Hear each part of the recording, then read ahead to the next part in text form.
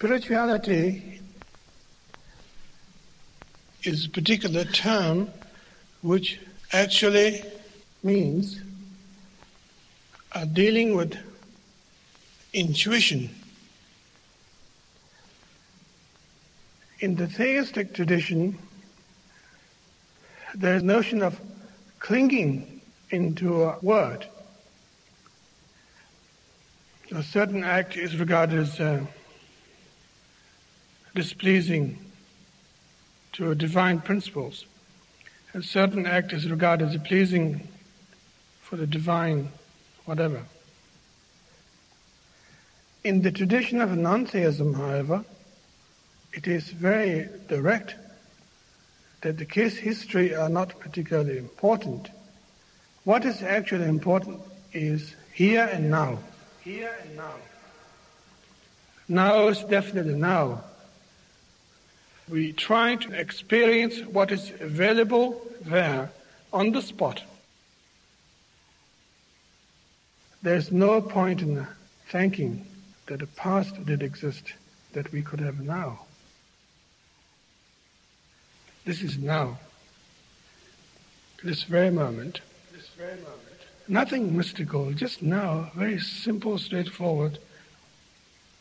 And from that nowness, however, arises a sense of intelligence, always, that you are constantly interacting with the reality, one by one, spot by spot, constantly. We actually experience fantastic precision, always. But we are threatened by the now, so we jump to the past or the future.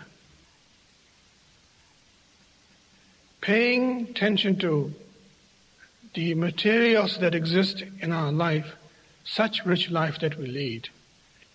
All these choices takes place all the time, but none of them are regarded as bad or good per se. Everything we experience are unconditional experience. They don't come along with a label by saying this is regarded as bad, or this is good. But we experience them, but we don't actually pay heed to them properly. We don't actually regard that as that we are going somewhere. We regard that as a hassle, waiting to be dead. Waiting to be dead. Waiting to be dead. Waiting to be dead.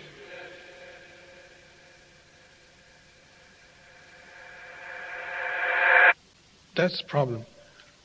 And that is not trusting the nowness properly, that what is actually experienced now possessed a lot of powerful things. It is so powerful that we can't face it.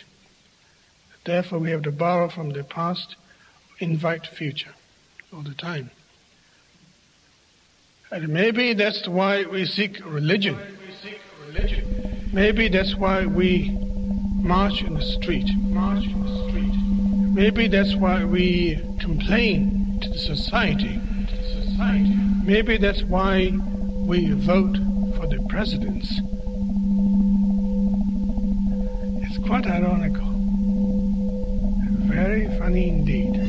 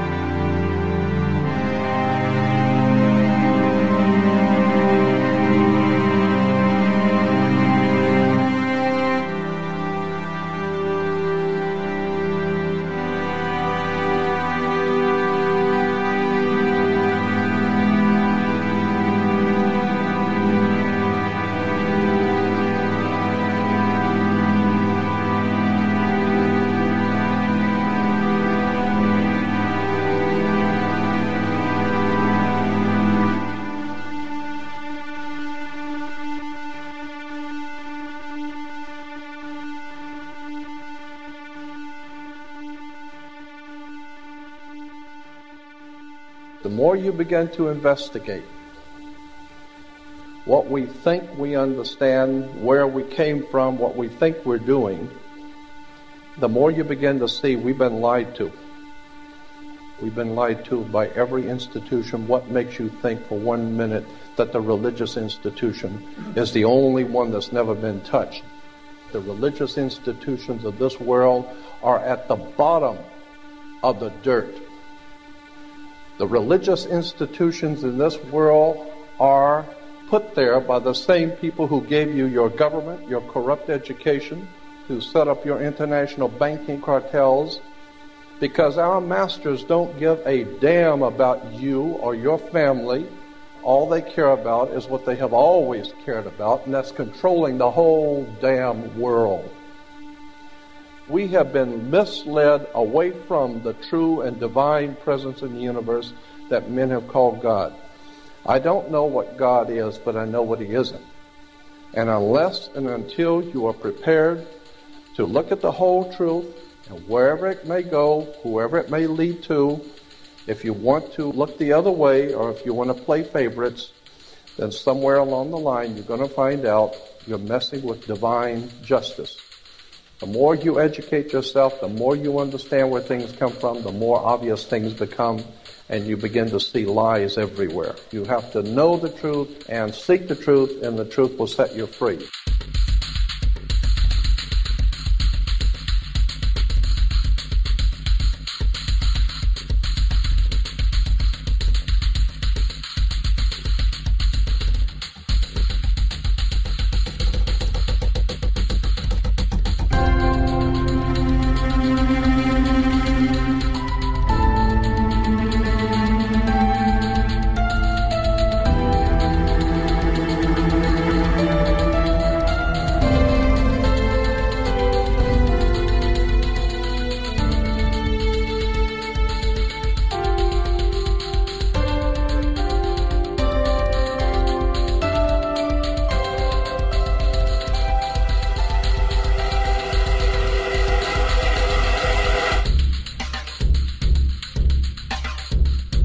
Because I got to tell you the truth, folks. I got to tell you the truth. When it comes to bullshit, big time, major league bullshit, you have to stand in awe of the all-time champion of false promises and exaggerated claims, religion. Think about it. Religion has actually convinced people that there's an invisible man living in the sky who watches everything you do every minute of every day. And the invisible man has a special list of 10 things he does not want you to do. And if you do any of these 10 things, he has a special place full of fire and smoke and burning and torture and anguish where he will send you to live and suffer and burn and choke and scream and cry forever and ever till the end of time. But he loves you.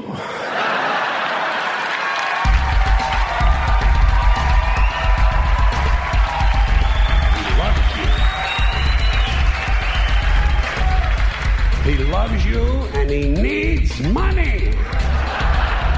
He always needs money. He's all powerful, all perfect, all knowing, and all wise. Somehow just can't handle money. Religion takes in billions of dollars, they pay no taxes, and they always need a little more. Now, you talk about a good bullshit story. Holy shit.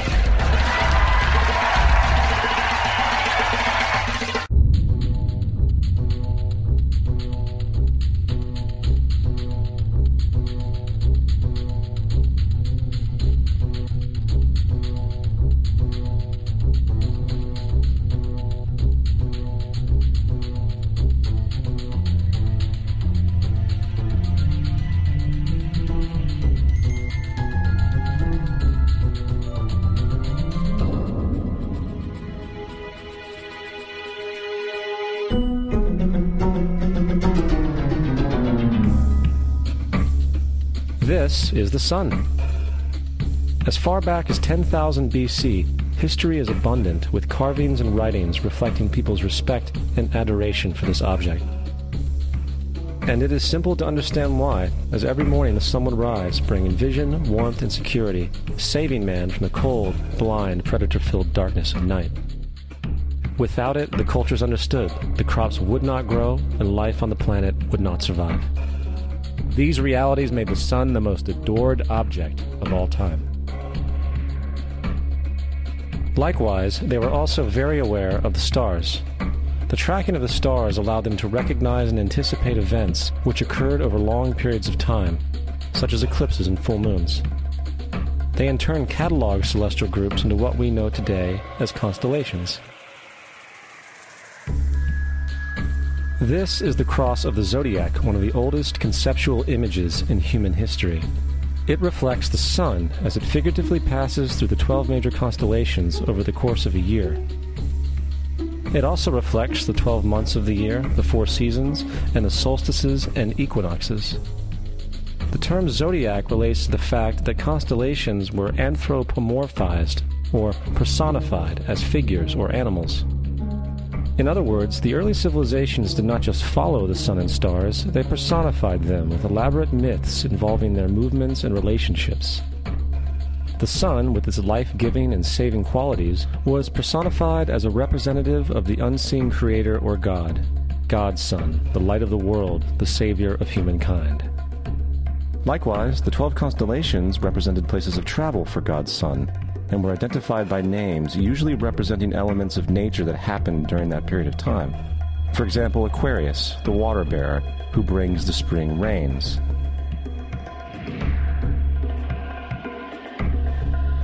This is Horus.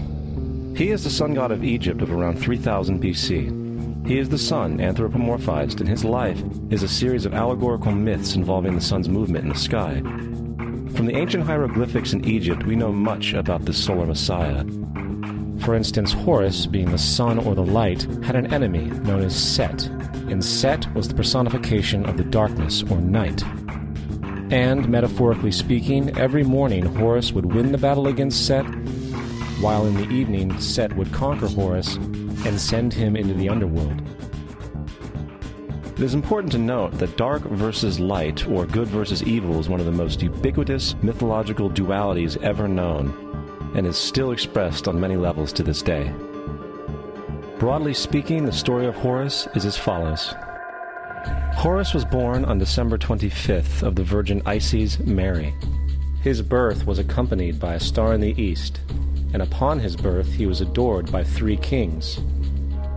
At the age of 12, he was a prodigal child teacher, and at the age of 30, he was baptized by a figure known as Anup, and thus began his ministry.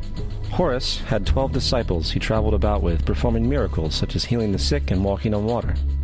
Horus was known by many gestural names such as the Truth, the Light, God's Anointed Son, the Good Shepherd, the Lamb of God, and many others.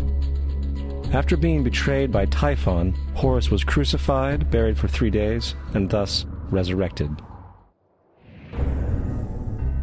These attributes of Horus, whether original or not, seem to permeate many cultures of the world, for many other gods are found to have the same general mythological structure. Attis of Phrygia, born of the Virgin Nana on December 25th, crucified, placed in a tomb, and after 3 days was resurrected. Krishna of India, born of the Virgin Devaki, with a star in the east signaling his coming. He performed miracles with his disciples, and, upon his death, was resurrected. Dionysus of Greece, born of a virgin on December 25th, was a traveling teacher who performed miracles such as turning water into wine. He was referred to as the King of Kings, God's only begotten Son, the Alpha and Omega, and many others. And, upon his death, he was resurrected. Mithra of Persia, born of a virgin on December 25th, he had 12 disciples and performed miracles, and upon his death was buried for 3 days and thus resurrected. He was also referred to as the Truth, the Light, and many others. Interestingly, the sacred day of worship of Mithra was Sunday.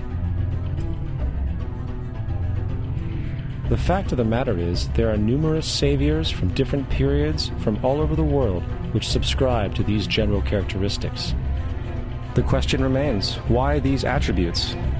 Why the virgin birth on December 25th? Why dead for 3 days in the inevitable resurrection?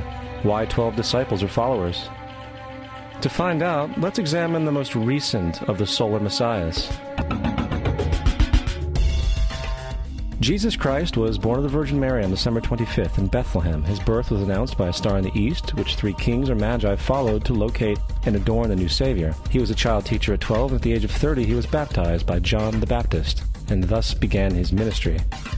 Jesus had 12 disciples, which he traveled about with, performing miracles such as healing the sick, walking on water, raising the dead. He was also known as the King of Kings, the Son of God, the Light of the World, the Alpha and Omega, the Lamb of God, and many, many others. After being betrayed by his disciple Judas and sold for 30 pieces of silver, he was crucified, placed in a tomb, and after 3 days was resurrected and ascended into heaven. First of all, the birth sequence is completely astrological. The star in the east is Sirius, the brightest star in the night sky, which, on December 24th, aligns with the 3 brightest stars in Orion's belt.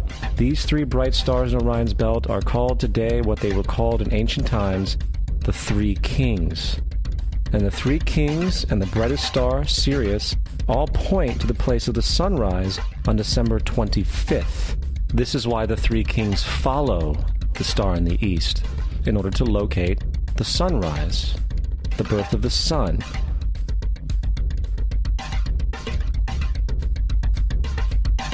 The Virgin Mary is the constellation Virgo, also known as Virgo the Virgin. Virgo in Latin means virgin. Virgo is also referred to as the house of bread, and the representation of Virgo is a virgin holding a sheaf of wheat. This house of bread and its symbol of wheat represents August and September, the time of harvest. In turn, Bethlehem, in fact, literally translates to house of bread. Bethlehem is thus a reference to the constellation Virgo, a place in the sky, not on Earth. There's another very interesting phenomenon that occurs around December 25th, or the winter solstice. From the summer solstice to the winter solstice, the days become shorter and colder. And from the perspective of the northern hemisphere, the sun appears to move south and get smaller and more scarce. The shortening of the days and the expiration of the crops when approaching the winter solstice symbolize the process of death to the ancients. It was the death of the sun. And by December 22nd, the sun's demise was fully realized, for the sun, having moved south continually for 6 months, makes it to its lowest point in the sky. Here a curious thing occurs. The sun stops moving south, at least perceivably, for 3 days. And during this 3-day pause, the sun resides in the vicinity of the Southern Cross, or Crux, constellation. And after this time, on December 25th, the sun moves 1 degree, this time north, foreshadowing longer days, warmth, and spring. And thus it was said, the sun died on the cross, was dead for 3 days, only to be resurrected or born again. This is why Jesus and numerous other sun gods share the crucifixion, 3-day death, and resurrection concept. It is the sun's transition period before it shifts its direction back into the northern hemisphere, bringing spring and thus salvation. However, they did not celebrate the resurrection of the sun until the spring equinox, or Easter. This is because at the spring equinox the sun officially overpowers the evil darkness, as daytime thereafter becomes longer in duration than the night, and the revitalizing conditions of spring emerge. Now, probably the most obvious of all the astrological symbolism around Jesus regards the 12 disciples. They are simply the 12 constellations of the zodiac, which Jesus, being the sun, travels about with. In fact, the number 12 is replete throughout the Bible.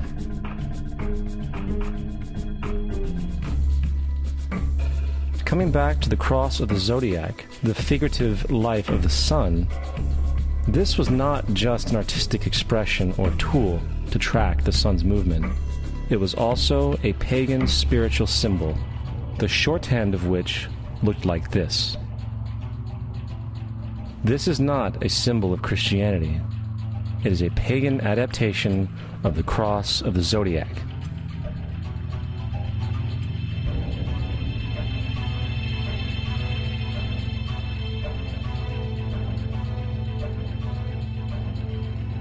This is why Jesus in early occult art is always shown with his head on the cross, for Jesus is the Son of God, the light of the world, the risen Savior, who will come again, as it does every morning, the glory of God, who defends against the works of darkness, as he is born again every morning, and can be seen coming in the clouds, up in heaven, with his crown of thorns or sun rays.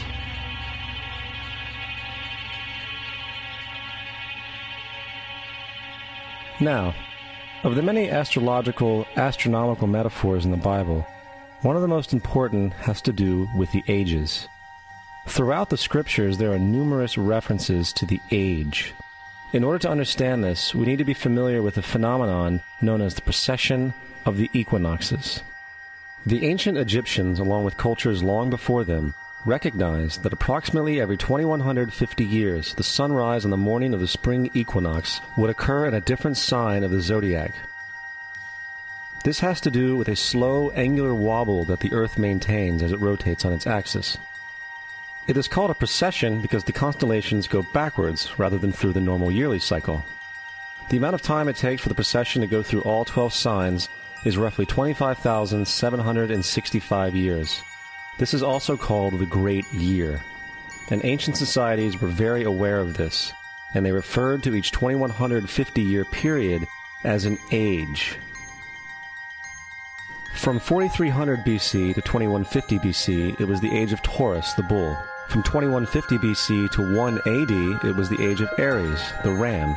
And from 1 AD to 2150 AD, it is the age of Pisces, the age we are still in to this day. And in and around 2150, we will enter the new age, the age of Aquarius. Now, the Bible reflects, broadly speaking, a symbolic movement through 3 ages while foreshadowing a 4th. In the Old Testament, when Moses comes down Mount Sinai with the 10 Commandments, he is very upset to see his people worshiping a golden bull calf.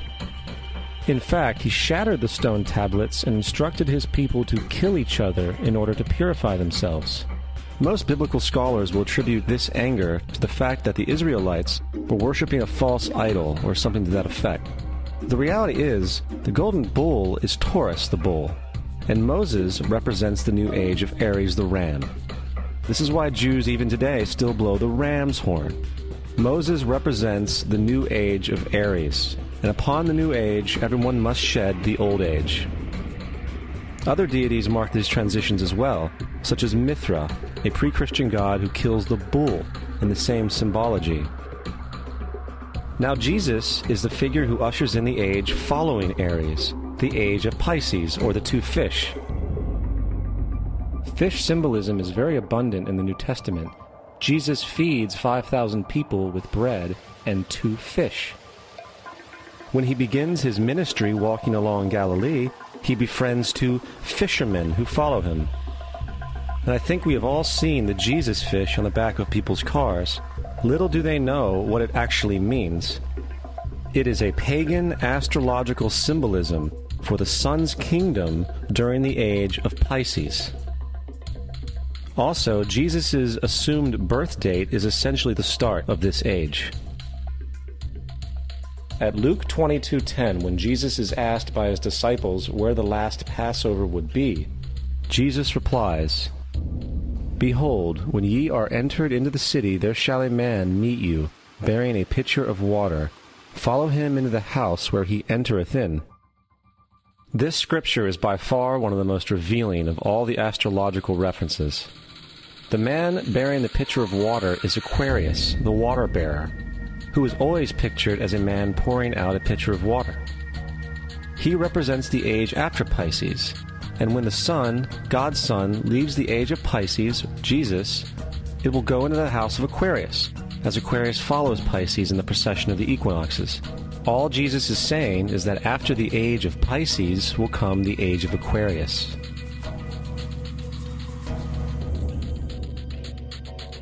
Now, we have all heard about the end times and the end of the world. The cartoonish depictions in the book of Revelation aside, The main source of this idea comes from Matthew 28:20, where Jesus says, "I will be with you even to the end of the world." However, in the King James Version, world is a mistranslation, among many mistranslations. The actual word being used is eon, which means age. I will be with you even to the end of the age, which is true, as Jesus' solar Piscean personification will end when the sun enters the age of Aquarius. The entire concept of end times and the end of the world is a misinterpreted astrological allegory. Let's tell that to the approximately 100 million people in America who believe the end of the world is coming. Furthermore, the character of Jesus being a literary and astrological hybrid is most explicitly a plagiarization of the Egyptian sun god Horus. For example, inscribed about 3,500 years ago on the walls at the Temple of Luxor in Egypt are images of the Annunciation, the miracle conception, the birth, and the adoration of Horus. The images begin with Thoth announcing to the Virgin Isis that she will conceive Horus, then Neph, the Holy Ghost, impregnating the Virgin, and then the virgin birth and the adoration. This is exactly the story of Jesus' miracle conception. In fact, the literary similarities between the Egyptian religion and the Christian religion are staggering.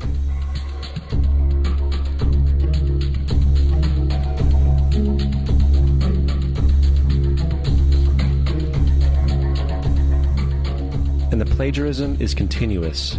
The story of Noah and Noah's Ark is taken directly from tradition. The concept of the Great Flood is ubiquitous throughout the ancient world, with over 200 cited claims in different periods and times. However, one need look no further for a pre-Christian source than the Epic of Gilgamesh, written in 2600 BC.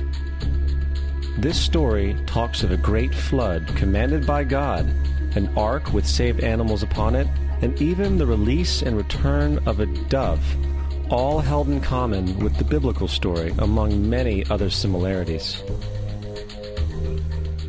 And then there is the plagiarized story of Moses.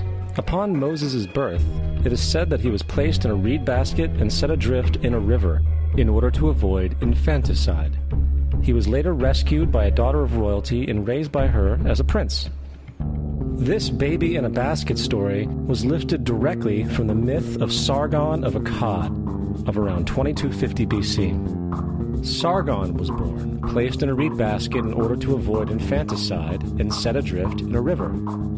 He was in turn rescued and raised by Aki, a royal midwife. Furthermore, Moses is known as the lawgiver, the giver of the Ten Commandments, the Mosaic Law. However, the idea of a law being passed from God to a prophet up on a mountain is also a very old motif. Moses is just another lawgiver in a long line of lawgivers in mythological history. In India, Manu was the great lawgiver. In Crete, Minos ascended Mount Dicta, where Zeus gave him the sacred laws, while in Egypt there was Meses, who carried stone tablets and upon them the laws of God were written. Manu, Minos, Meses, Moses. And as far as the Ten Commandments, they are taken outright from spell 125 in the Egyptian Book of the Dead. What the Book of the Dead phrased, "I have not stolen," became "thou shalt not steal." "I have not killed," became "thou shalt not kill." "I have not told lies," became "thou shalt not bear false witness," and so forth. In fact, the Egyptian religion is likely the primary foundational basis for the Judeo-Christian theology.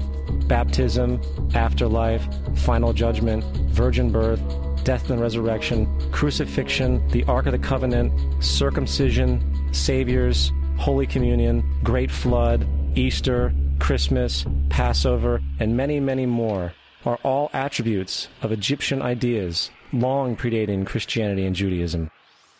Justin Martyr, one of the first Christian historians and defenders, wrote, "When we say that he, Jesus Christ, our teacher, was produced without sexual union, was crucified and died and rose again and ascended into heaven, we propound nothing different from what you believe regarding those who you esteem sons of Jupiter."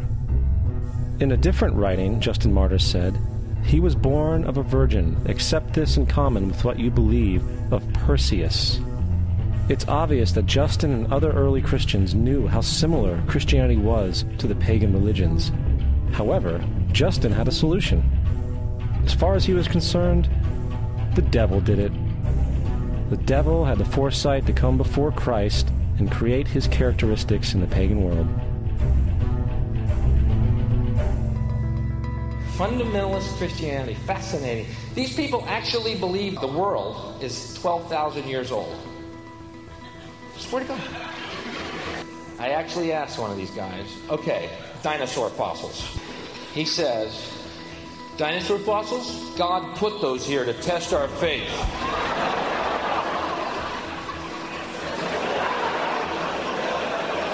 I think God put you here to test my faith, dude.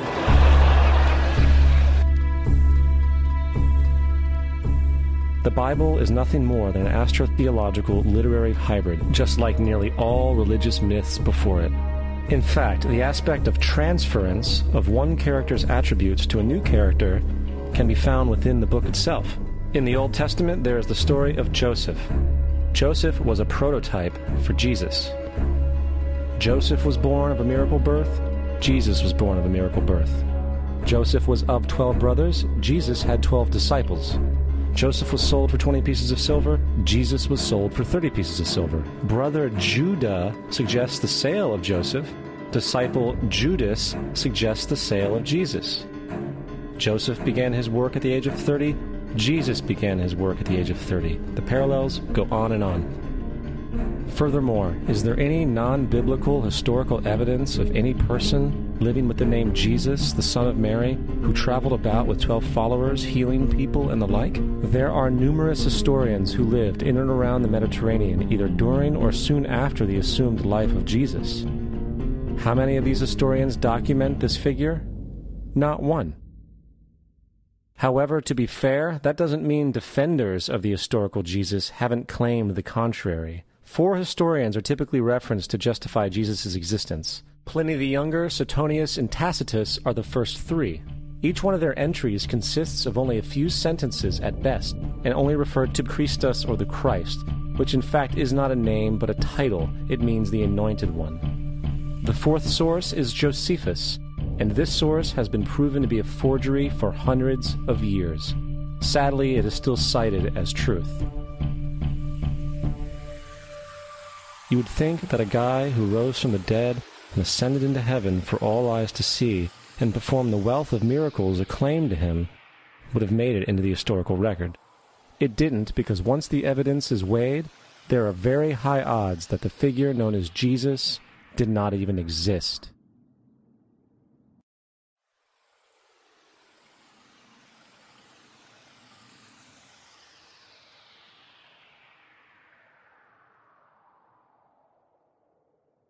We don't want to be unkind, but we want to be factual. We don't want to cause hurt feelings, but we want to be academically correct in what we understand and know to be true. Christianity just is not based on truth. We find that Christianity was in fact nothing more than a Roman story, developed politically. The reality is, Jesus was the solar deity of the Gnostic Christian sect, and like all other pagan gods, he was a mythical figure. It was the political establishment that sought to historize the Jesus figure for social control. By 325 AD in Rome, Emperor Constantine convened the Council of Nicaea. It was during this meeting that the politically motivated Christian doctrines were established, and thus began a long history of Christian bloodshed and spiritual fraud. And for the next 1600 years, the Vatican maintained a political stranglehold on all of Europe, leading to such joyous periods as the Dark Ages, along with enlightening events such as the Crusades and the Inquisition.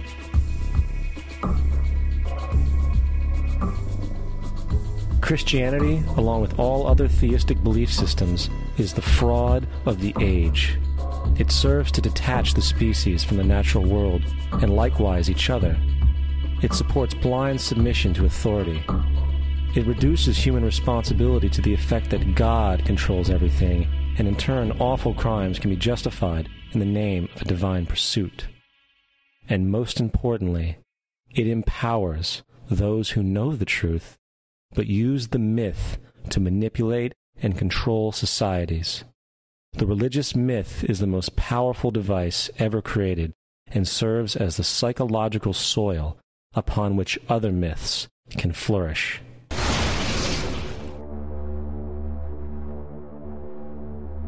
A myth is an idea that, while widely believed, is false. In a deeper sense, in the religious sense, a myth serves as an orienting and mobilizing story for a people. The focus is not on the story's relation to reality, but on its function. A story cannot function unless it is believed to be true in the community or the nation. It is not a matter of debate. If some people have the bad taste to raise the question of the truth of the sacred story, the keepers of the faith do not enter into debate with them. They ignore them or denounce them as blasphemers. It is wrong, blasphemous, and sinful for you to suggest, imply, or help other people come to the conclusion that the U.S. government killed 3,000 of its own citizens.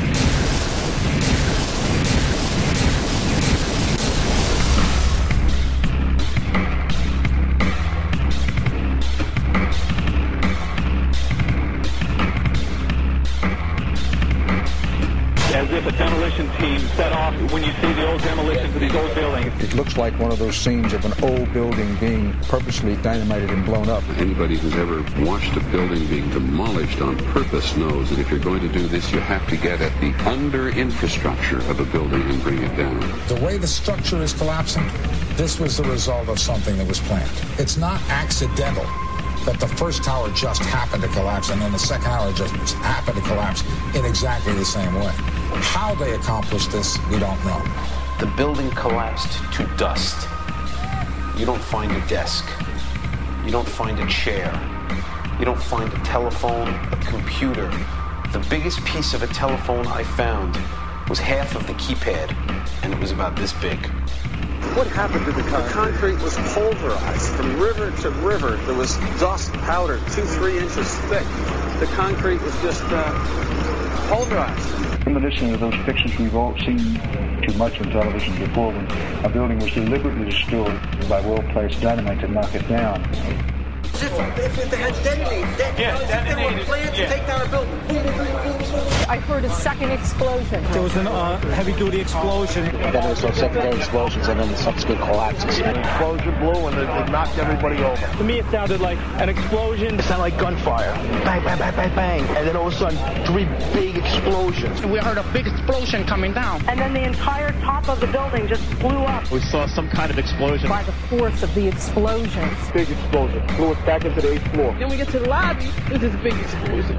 The lobby looked as though a bomb had exploded there. A huge explosion now raining debris. It's been a huge explosion. Huge explosion that we all heard and felt. We just witnessed some kind of follow-up explosion. We heard a very loud blast explosion. A secondary explosion at Tower 1 camp. That is another bomb going off. He thinks that there were actually devices that were planted in the building. Planted in the building.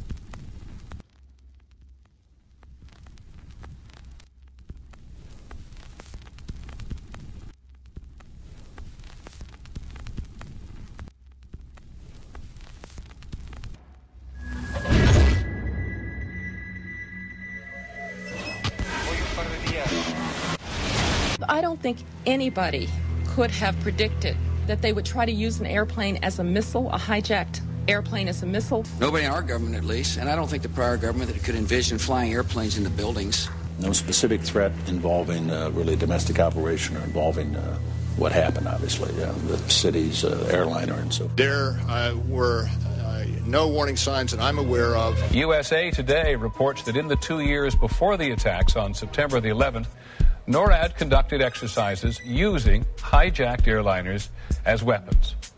And one target was the World Trade Center.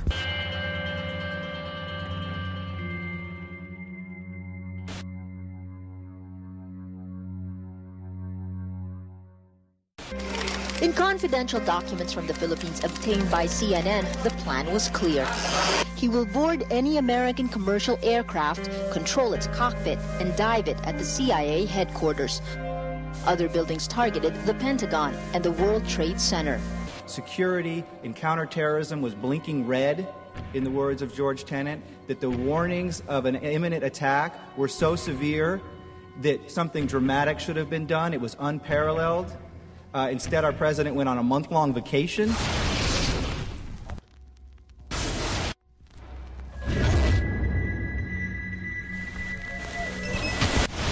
The head of Pakistani intelligence at the ISI, Mahmoud Ahmed, requested Omar Sheikh to wire $100,000 to Mohammed Atta, who was the lead hijacker.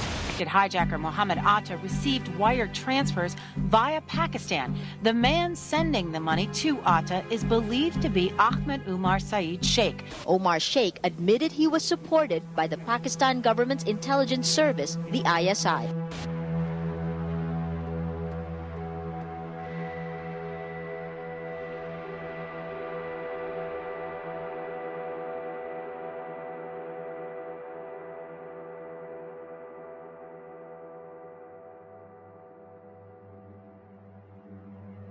Although we are told that 4 or 5 of the alleged hijackers were on each of the flights. If so, their names should have been on the flight manifests. But the flight manifests that have been released contain neither the names of the alleged hijackers nor any Arab names whatsoever. We know that the men who were supposedly the hijackers had their houses, cars, credit cards paid for by the U.S. government. They were, in truth, agents. Evidence was also apparently planted. The passport of one of the hijackers on Flight 11 was allegedly found in the rubble. Goes through the fireball, through the side of the plane, and comes down to the ground unscathed. But something happened. For 6 months, they reported they had this passport. Boy, we've got it. We've got the proof. And then the guy stood up and was alive. Several of these 19 men are still alive.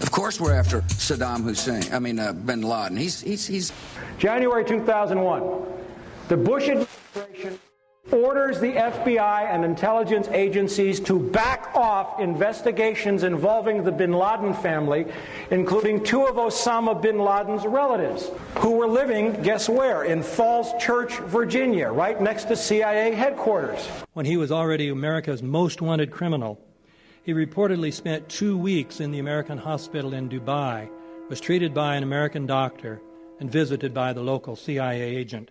We have not seen one piece of evidence that links Osama bin Laden directly to the planning stages of September 11th. This failure to provide proof was later said to be unnecessary because bin Laden, in a video allegedly found in Afghanistan, admitted responsibility for the attacks. This confession is now widely cited as proof.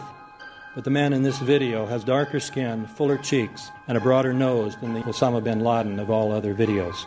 We again seem to have planted evidence. In 1976, Osama's older brother Salim bin Laden hired a man in Texas by the name of Jim Bath to handle all the investments in the United States for the bin Laden family. Jim Bath also happens to be a personal, almost lifelong friend and former Air National Guard pilot with George W. Bush. The connections between the Bushes and the bin Ladens become much more clear when George Herbert Walker Bush made trips to Saudi Arabia in 1998 and 2000 to meet with the bin Laden family on behalf of a company called the Carlyle Group.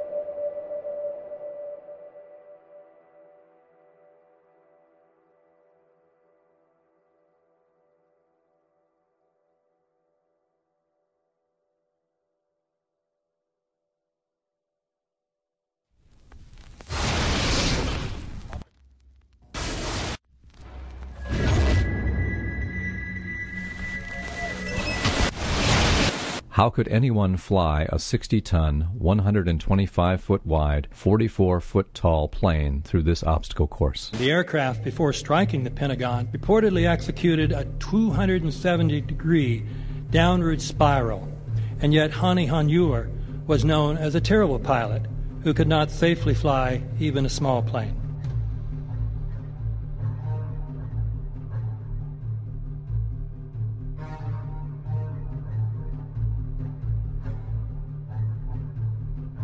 No seats, no luggage, no bodies.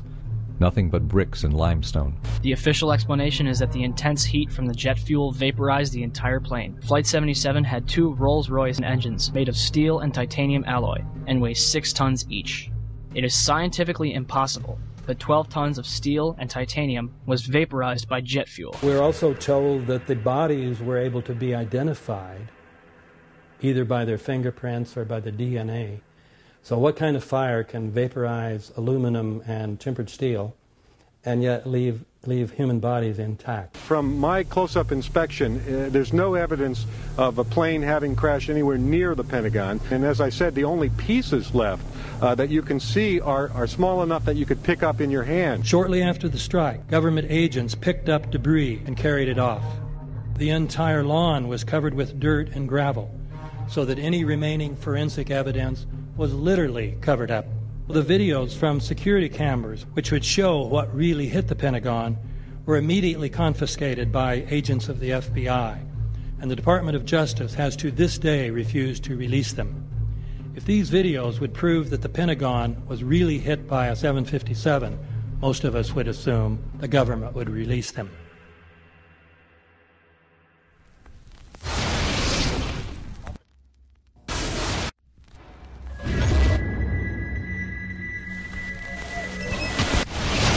It looks like there's nothing there except for a hole in the ground. Basically, that's right. The only thing you could see from where we were was a big gouge in the earth and some broken trees. We could see some people walking around in the area, but from where we could see, there wasn't much left. Any large pieces of debris at all? No, there was nothing that you could distinguish that a plane had crashed there.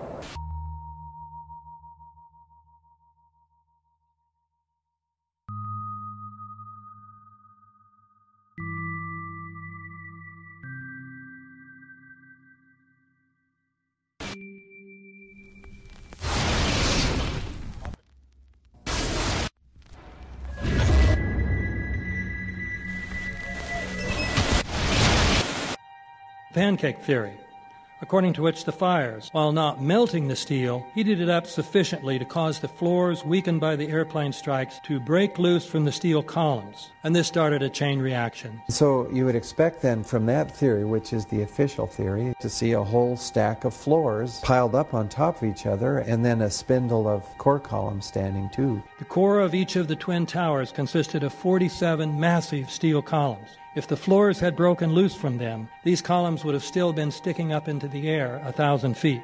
The plane did not cut all those core columns. We designed the buildings to take the impact of the Boeing 707 hitting the building at any location. The building probably could sustain multiple impacts of jetliners. That the plane flew straight into the building. Through him, right. Yeah. So you're saying that the building was actually designed to cope with a hole like that and still survive? Yeah, it was. If you had dropped, say, a billiard ball From the top of the World Trade Center, 110 floors up there, it would have taken 8 to 10 seconds to hit the ground, encountering no resistance whatsoever. The Twin Towers came down in nearly free-fall speed. 200,000 tons of steel shatters and explodes outwards over 500 feet. This means that floors shattered at an average rate of about 10 floors per second. There is no scenario for a pancake effect of buildings falling that allows them to fall at the rate of free fall. Now what can do that? What can move mass out of the way? Explosives.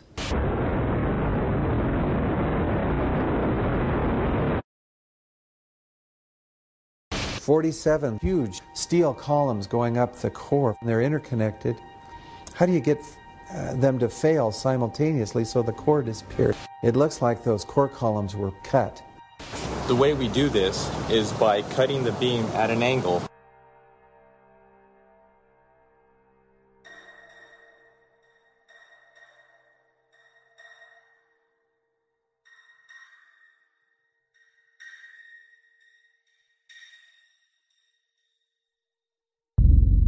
I started looking at the molten metal. All three buildings, both towers in the rubble, in the basement areas, and Building 7, there's these pools of molten metal.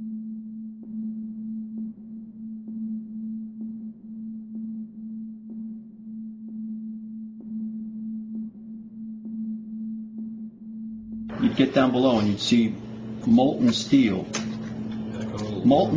running down the channel rails, like you're in a foundry, like lava. The molten steel was found 3, 4, and 5 weeks later, when the rubble was being removed. He said that molten steel was also found underneath World Trade Center 7. So I'm looking through the official reports. What do they say about the molten metal? They say nothing. Now, wait a minute. This is important evidence. So where'd that come from? Thermite is so hot that it'll just cut through steel, through structural steel, for example, like a knife through butter. The products are molten iron and aluminum oxide, which goes off primarily as a dust. You know those enormous dust clouds? You can imagine when you assemble these chemicals on a large scale.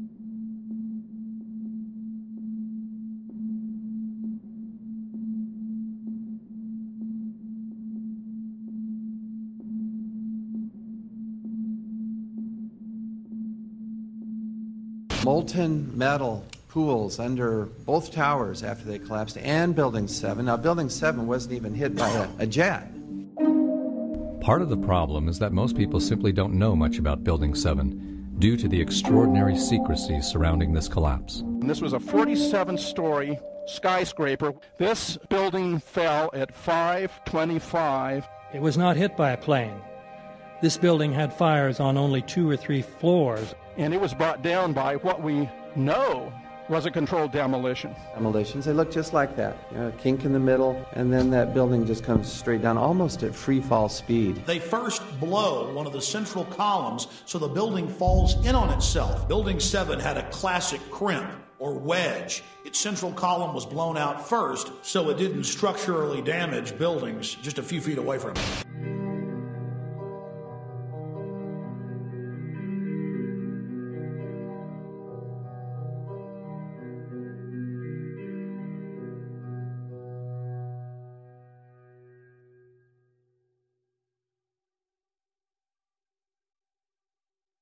Our office was on the B1 level. As I was talking to a supervisor at 8:46, and all of a sudden we hear, boom! An explosion so hard that pushed us upwards.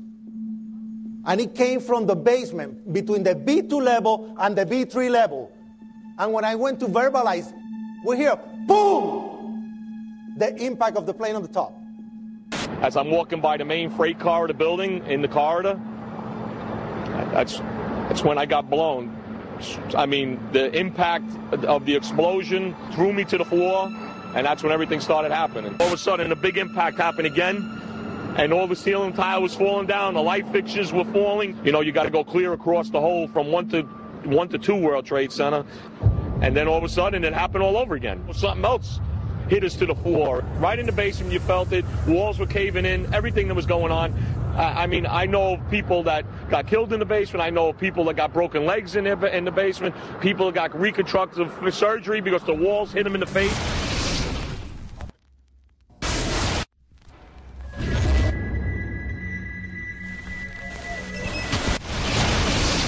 According to standard operating procedure, if an FAA flight controller notices anything that suggests a possible hijacking, the controller is to contact a superior. If the problem cannot be fixed within about a minute, the superior is to ask NORAD, the North American Aerospace Command, to send up or scramble jet fighters to find out what is going on. NORAD then issues a scramble order to the nearest Air Force base with fighters on alert.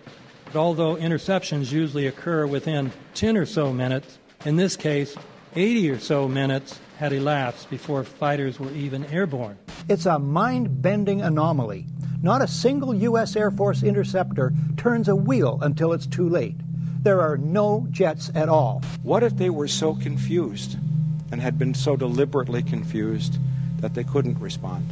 The reason that they didn't know where to go was because a number of conflicting and overlapping war game exercises were taking place. It involved the insertion of false radar blips onto radar screens in the Northeast Air Defense Sector. Center Team U, we have a problem here. We have a hijacked aircraft headed towards New York. We need someone to scramble some F-16s or something up there to help us out. Is this real world or exercise? Is this real world or exercise?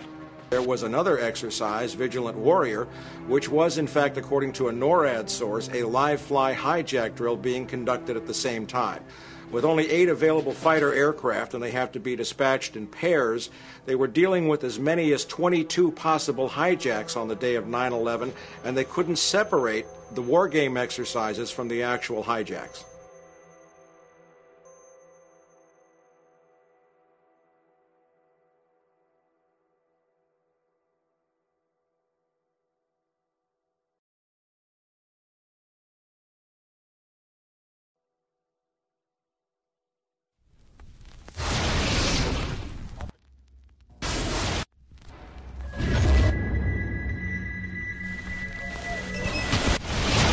Page 172.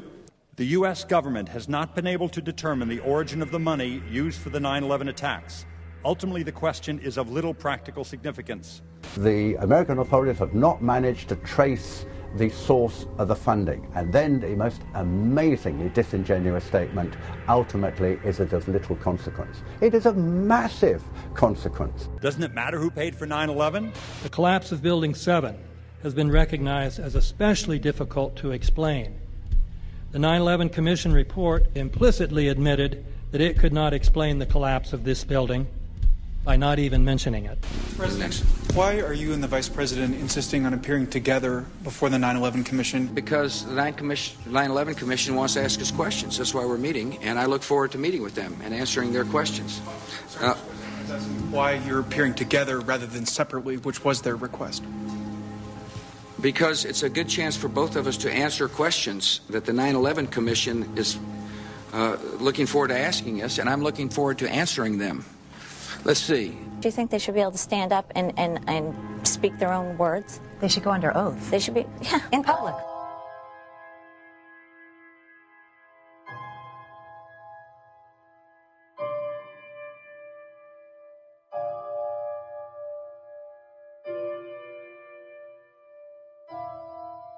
Don't you think that the families deserve to have a transcript or to be able to see what you Adam, said? you asked me that question yesterday. I got the same answer, yeah. The final report was a unanimous report. That means that if there was a single commissioner who had any objection about anything, that fact would be dropped from the report. We have found out that he not only served on the transition team of the Bush administration, that he was a person who wrote a draft memo for the setup of the Bush administration's National Security Council, that he was an individual who wrote the preemptive war strategy that was eventually used for the war in Iraq, that he is a close friend of Condoleezza Rice's. We want him to resign. There is literally nothing in the 9/11 report that the Bush administration did not approve of. We can understand, therefore, why the Commission, under Zelikow's leadership, would have ignored all the evidence that would point to the truth, that 9/11 was a false flag operation intended to authorize the doctrines and funds needed for a new level of imperial mobilization.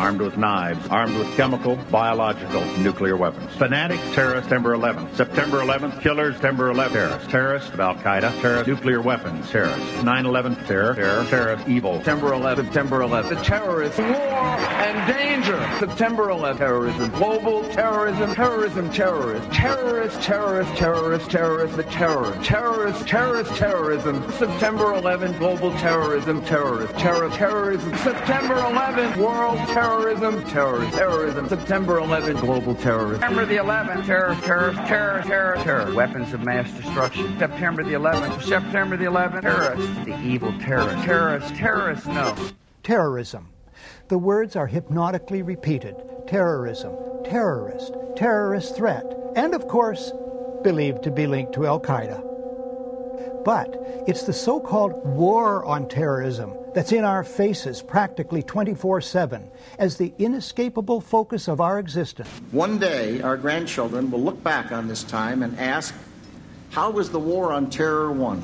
The entire U.S. ruling class, ruling elite, comes to see terrorism as the preferred means, indeed the only means, to provide social cohesion, to provide an enemy image for the society to keep it together. According to neocon theory from Carl Schmitt, you have to have an enemy image in order to have a society. It's a very dangerous thing because now it means that the entire social order, the political parties, intellectual life, politics in general, all based on a monstrous myth. Monstrous myth.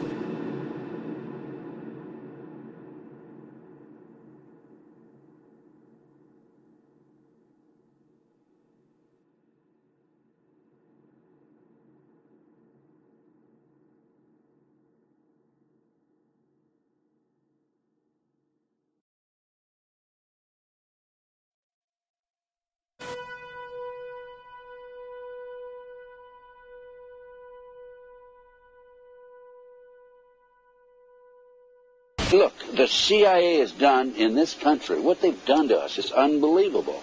Look at the terrorist acts that have occurred. The CIA behind most, if not all of them. We had the Marine barracks. We had our embassy in Kenya. We had Pan Am 103. We had the USS Cole. We had Oklahoma City. We had the World Trade Center in 1993. That helped the terrorists blow up the World Trade Center the first time. They built the bomb. They got the driver's license. The informant, the FBI informant, a fellow named Salam, a 43-year-old former Egyptian army officer, he was given the assignment to put the bomb together. And he went to his supervisor, his FBI supervisor, and said, we're going to put a dummy bomb in here, right? And the FBI supervisor said, no, we're going to put a real bomb. The FBI actually carried out the attack on the World Trade Center in 1993. They actually hired Ahmad Salam and paid him $1 million and gave him real explosives, a detonator, and told him to build a bomb and to give it to the foolish people that he was controlling to allow them to attack the World Trade Center complex.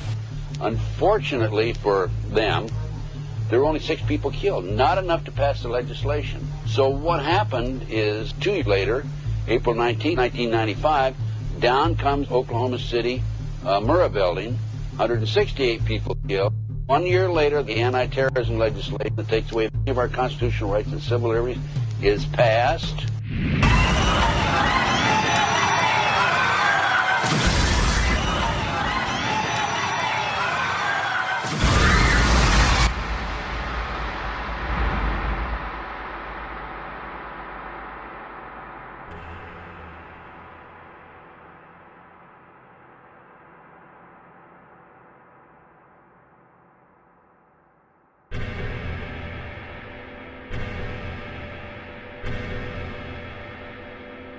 Because at 9:30 this morning, we were actually running an exercise for over a company of 1,000 people in London, based on simultaneous bombs going off precisely at the railway stations that happened this morning. So I still have the hairs on the back of my neck standing upright. To get this quite straight, you were running an exercise to see how you would cope with this, and it happened while you were running the exercise? Precisely.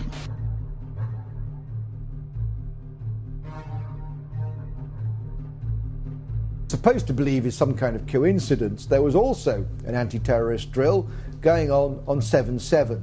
And again, just like 9/11, they were talking about attacks on the same targets, the same kind of tube stations, and exactly the same time as the actual attack happened, providing some kind of cover for what must be operations orchestrated in some way by the state.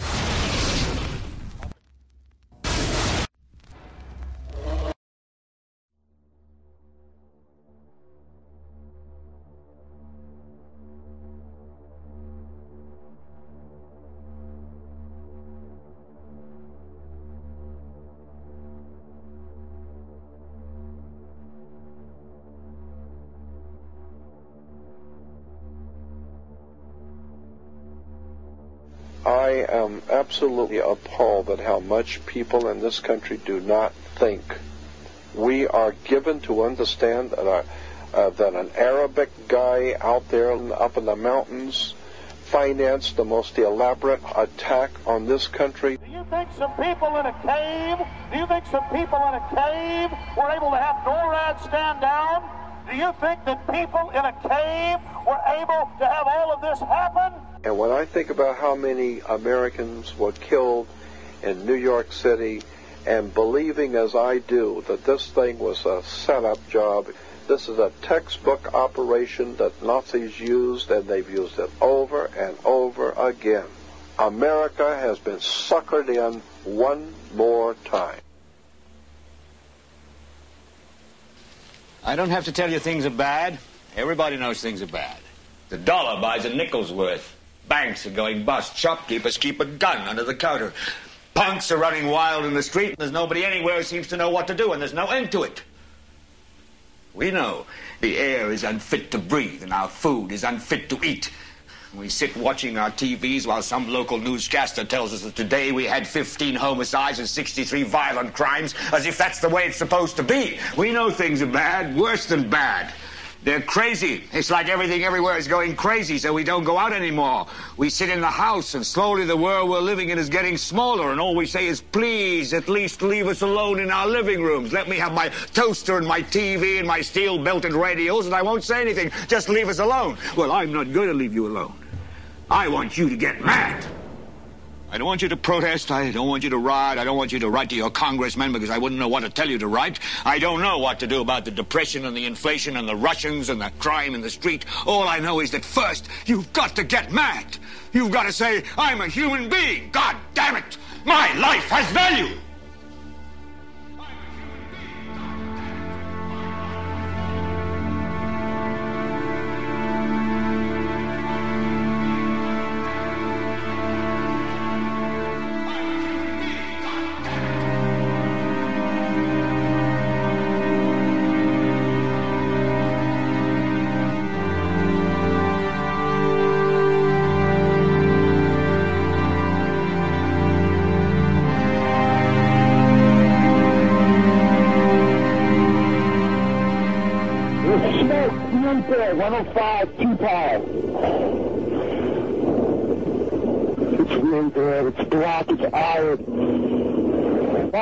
On my way, I called and said I was leaving the building. I was fine, and bang! The three of us, 2 broken windows. Oh, God! Ah!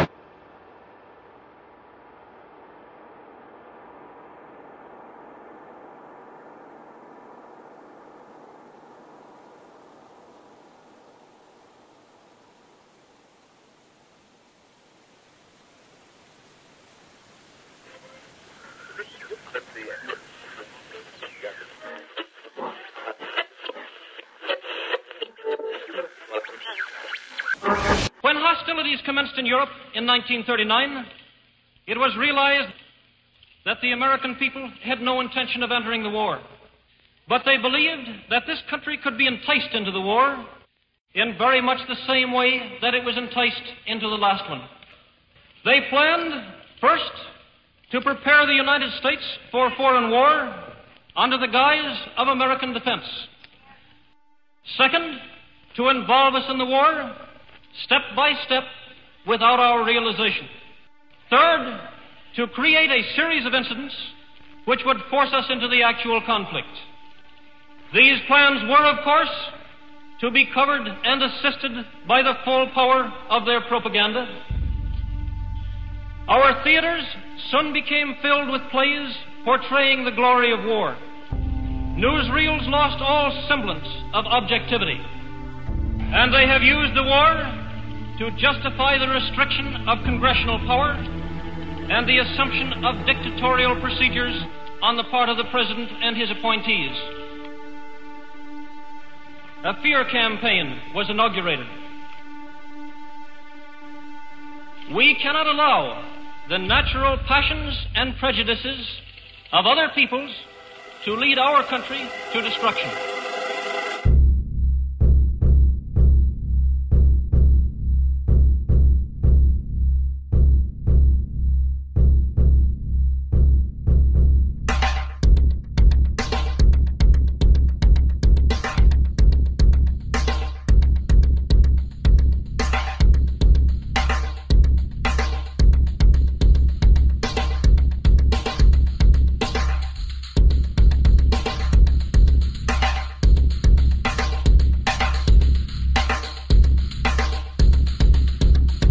(1775), the American Revolutionary War began as the American colonies sought to detach from England and its oppressive monarchy. Though many reasons are cited for the revolution, one in particular sticks out as the prime cause: that King George III of England outlawed the interest-free, independent currency the colonies were producing and using for themselves, in turn forcing them to borrow money from the Central Bank of England at interest, immediately putting the colonies into debt. And, as Benjamin Franklin later wrote, the refusal of King George III to allow the colonies to operate an honest money system which freed the ordinary man from the clutches of the money manipulators was probably the prime cause of the revolution. In 1783, America won its independence from England. However, its battle against the central bank concept and the corrupt, greed-filled men associated with it had just begun. So what is a central bank? A central bank is an institution that produces the currency of an entire nation. Based on historical precedent, two specific powers are inherent in central banking practice: the control of interest rates and the control of the money supply, or inflation. The central bank does not simply supply a government's economy with money, it loans it to them at interest. Then, through the use of increasing and decreasing the supply of money, the central bank regulates the value of the currency being issued. It is critical to understand that the entire structure of this system can only produce one thing in the long run: debt. It doesn't take a lot of ingenuity to figure this scam out. For every single dollar produced by the central bank is loaned at interest. That means every single dollar produced is actually the dollar plus a certain percent of debt based on that dollar. And since the central bank has the monopoly over the production of the currency for the entire country, and they loan each dollar out with immediate debt attached to it, where does the money to pay for the debt come from? It can only come from the central bank again, which means the central bank has to perpetually increase its money supply to temporarily cover the outstanding debt created, which in turn, since that new money is loaned out at interest as well, creates even more debt. The end result of this system without fail is slavery, for it is impossible for the government and thus the public to ever come out of the self-generating debt. The founding fathers of this country were well aware of this.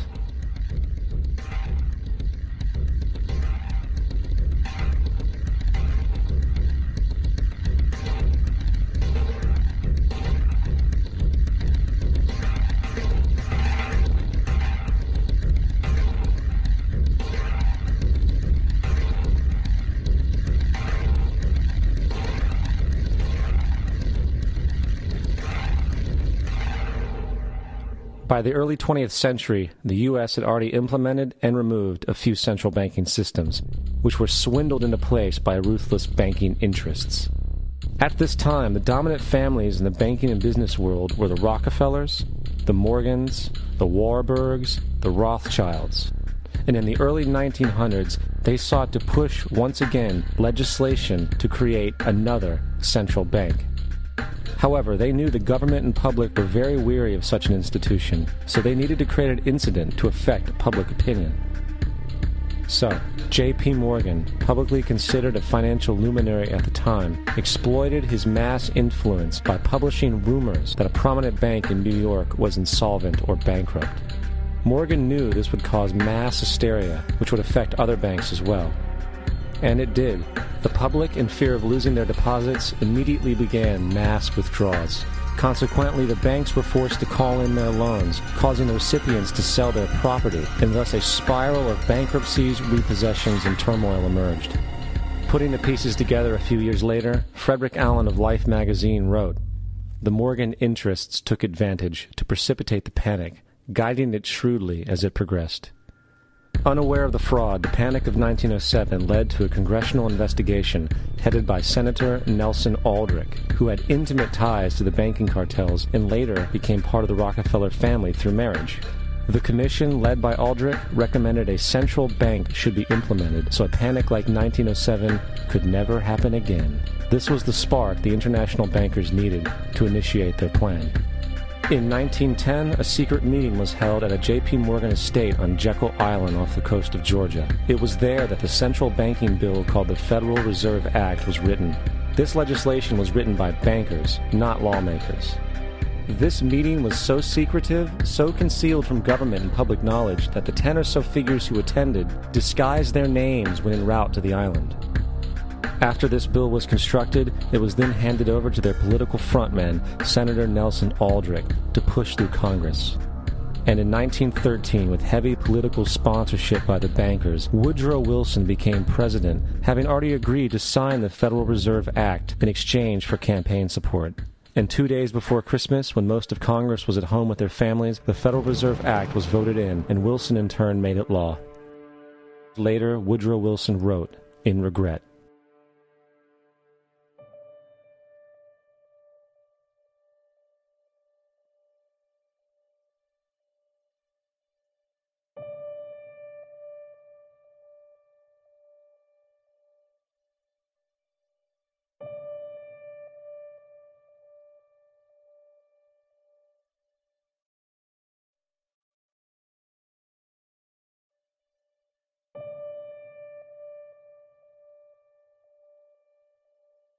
Congressman Louis McFadden also expressed the truth after the passage of the bill. A world banking system was being set up here, a superstate controlled by international bankers, acting together to enslave the world for their own pleasure. The Fed has usurped the government. Now, the public was told that the Federal Reserve System was an economic stabilizer, and inflation and economic crises were a thing of the past. Well, as history has shown, nothing is further from the truth. The fact is, the international bankers now had a streamlined machine to expand their personal ambitions. It's alive! It's alive! It's alive! For example, from 1914 to 1919, the Fed increased the money supply by nearly 100%, resulting in extensive loans to small banks and the public. Then, in 1920, the Fed called in mass percentages of the outstanding money supply, thus resulting in the supporting banks having to call in huge numbers of loans, and, just like 1907, bank runs, bankruptcy, and collapse occurred. Over 5,400 competitive banks outside of the Federal Reserve System collapsed, further consolidating the monopoly of a small group of international bankers. Privy to this crime, Congressman Lindbergh stepped up and said in 1921, "Under the Federal Reserve Act, panics are scientifically created. The present panic is the first scientifically created one, worked out as we figure a mathematical equation." However, the Panic of 1920 was just a warm-up. From 1921 to 1929, the Fed again increased the money supply, resulting once again in extensive loans to the public and banks. There was also a fairly new type of loan called a margin loan in the stock market. Very simply, the margin loan allowed an investor to put down only 10% of a stock's price, with the other 90% being loaned through the broker. In other words, a person could own $1,000 worth of stock with only $100 down. This method was very popular in the roaring 1920s, as everyone seemed to be making money in the market. However, there was a catch to this loan. It could be called in at any time and had to be paid within 24 hours. This is termed a margin call, and the typical result of a margin call is the selling of the stock purchased with the loan. So, a few months before October in 1929, J.D. Rockefeller, Bernard Baruch, and other insiders quietly exited the market, and on October 24, 1929, the New York financiers who furnished the margin loans started calling them in masse. This sparked an instantaneous, massive sell-off in the market, for everyone had to cover the margin loans. It then triggered mass bank runs for the same reason, in turn collapsing over 16,000 banks, enabling the conspiring international bankers to not only buy up rival banks at a discount, but to also buy up whole corporations at pennies on the dollar. It was the greatest robbery in American history. But that didn't stop there. Rather than expanding the money supply in order to recover from this economic collapse, the Fed actually contracted it, fueling one of the largest depressions in history. Once again outraged, Congressman Louis McFadden, a longtime opponent of the banking cartels, began bringing impeachment proceedings against the Federal Reserve Board, saying of the crash and depression, it was a carefully contrived occurrence. International bankers sought to bring about a condition of despair so that they might emerge the rulers of us all. Not surprisingly, and after 2 previous assassination attempts, McFadden was poisoned at a banquet before he could push for the impeachment. Now, having reduced the society to squalor, the Federal Reserve bankers decided that the gold standard should be removed. In order to do this, they needed to acquire the remaining gold in the system. So, under the pretense of helping to end the Depression, came the 1933 gold seizure. Under the threat of imprisonment for 10 years, everyone in America was required to turn in all gold bullion to the Treasury, essentially robbing the public of what little wealth they had left. And at the end of 1933, the gold standard was abolished. If you look at a dollar bill from before 1933, it says it is redeemable in gold. You look at a dollar bill today, it says it is legal tender, which means it is backed by absolutely nothing. It is worthless paper. The only thing that gives our money value is how much of it is in circulation. Therefore, the power to regulate the money supply is also the power to regulate its value, which is also the power to bring entire economies and societies to its knees.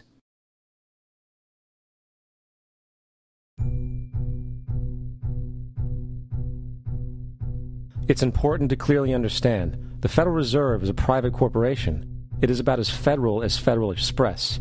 It makes its own policies and is under virtually no regulation by the U.S. government. It is a private bank that loans all the currency at interest to the government, completely consistent with the fraudulent central banking model that the country sought to escape from when it declared independence in the American Revolutionary War. Now, going back to 1913, the Federal Reserve Act was not the only unconstitutional bill pushed through Congress. They also pushed the federal income tax. It's worthwhile to point out that the American public's ignorance towards the federal income tax is a testament to how dumbed down and oblivious the American population really is. First of all, the federal income tax is completely unconstitutional, as it is a direct, unapportioned tax. All direct taxes have to be apportioned to be legal based on the Constitution. Secondly, the required number of states in order to ratify the amendment to allow the income tax was never met, and this has even been cited in modern court cases.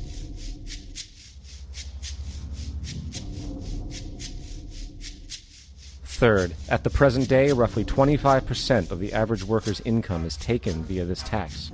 And guess where that money goes? It goes to pay the interest on the currency being produced by the fraudulent Federal Reserve Bank, a system that does not have to exist at all. The money you make working almost 3 months out of the year goes almost literally into the pockets of the international bankers who own the private Federal Reserve Bank. And fourth, even with the fraudulent government claim as to the legality of the income tax, there is literally no statute, no law in existence that requires you to pay this tax, period. I really expected that, of course there's a law that you can point to in the law book, the code, that requires you to file a tax return. Of course there is. I was at that point where I couldn't find the statute that clearly made a person liable. At least not me, and most people I know, and I had no choice in my mind except to resign. Based on the research that I did throughout the year 2000 and that I'm still doing, I have not found that law. I've asked Congress, we've asked a lot of people in the IRS commissioners, helpers. They can't answer, because if they answer, the American people are going to know that this whole thing is a fraud. I haven't filed an federal income tax return since I left. I have not filed a tax return since 1999. The income tax is nothing less than the enslavement of the entire country. Now, the control of the economy and the perpetual robbery of wealth is only one side of the Rubik's Cube the bankers hold in their hands. The next tool for profit and control is war. Since the inception of the Federal Reserve in 1913, a number of large and small wars have commenced. The three most pronounced were World War I, World War II, and Vietnam. World War I. In 1914, European wars broke out centered around England and Germany. The American public wanted nothing to do with the war. In turn, President Woodrow Wilson publicly declared neutrality.